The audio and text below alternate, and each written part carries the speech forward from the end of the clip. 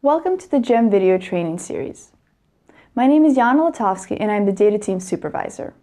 In this video, I will review different types of APS datasets and how to use them to analyze your results.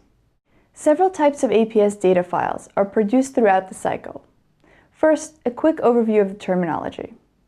The submitted raw data is the SPSS dataset created by the national team to submit the collected results to GEM. The harmonized data refers to the same file after it is checked, cleaned, and harmonized by GEM in preparation to be merged with all the other countries for processing. As a national team, you will normally not see this file. The processed individual level data is the file where you will find all your submitted APS results, as well as all our computed GEM measures. And finally, the processed national level data is where we report the merged APS index rates, weighted for the 18 to 64 population. This is where you will find your country's TEA rate, for example.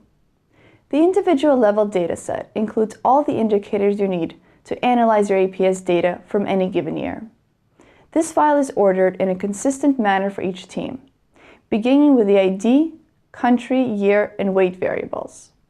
Then we add the standardized demographic variables for education, income, and occupation, followed by all the raw APS variables included in your survey, along with any optional questions your team chooses to ask. Then you will find the text responses to the handful of open-ended APS questions, along with our codes of these responses, followed by all your demographic variables, then any variable added by your team that were not part of the original APS. And finally, all the created APS indices, such as TEA. Within this long list of indices, you will find that measures are grouped in certain categories. For example, there are harmonized variables for each of the core attitude questions, such as if the respondent sees good opportunities to start a business, and for the all sample entrepreneurship related questions, like whether or not a person expects to start a business. These are slightly processed versions of core APS variables, with a no response recoded from 2 to 0 to allow teams to easily find the average rate for the entire sample. Then, we provide the basic entrepreneur type variables to identify nascent entrepreneurs, baby business, and established business owners. All variables related to each of these three phases are demarcated by a distinct two-letter code: SU for nascent, BB for new, and EB for established business owners. So many of the other measures in the individual level dataset are also divided into these three groups. Because nascent and new business owners are part of the TEA rate, you will also often see a particular measure presented just for TEA and established business owners. If you wish to do some more detailed or modified analysis on different types of entrepreneurs, GEM also provides interim variables identifying various sub-phases of the entrepreneurial pipeline, such as individuals who report new startup efforts or just those actively involved in such an effort. Then, there are TEA-related variables, such as those identifying the motivation for the activity, for example, opportunity versus necessity-driven TEA, and a number of key TEA-related variables provided by gender. You will also find 4-category business type codes, as well as an indication of the technology level of this sector, for both TEA and established business owners. These are just a few examples of the variables in the individual level dataset, so explore the file thoroughly for a full picture of the GEM data. The national level data presents the country rates of most of the indicators in the individual level file. The names of some of the individual level variables are slightly revised in the national file.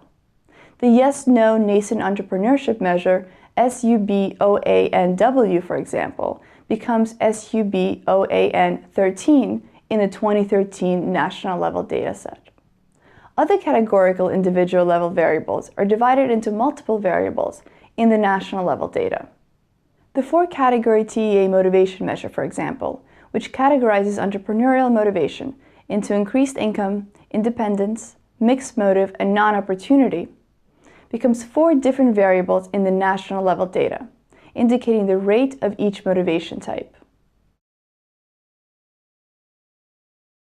To help you navigate both the individual and national level data, GEM provides 2 variable description codebooks when datasets are released. And if you're interested in more information about how the indices are calculated, we can also supply every single processing syntax upon request.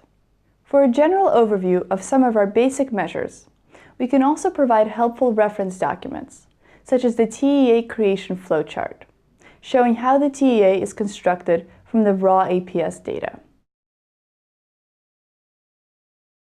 And if you would like to compute any national level rates yourself, whether to recreate or augment the measures provided by GEM, remember that all results must be weighted by the weight L variable, which includes only 18 to 64-year-olds and excludes all high leverage weight values. And the figures in the global report are all directly based on the national level data. So this is another source for our computed indices. Thank you for taking the time to watch this training video.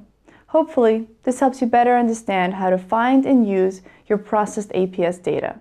If you have any questions, please contact me or the data team and we will be happy to help.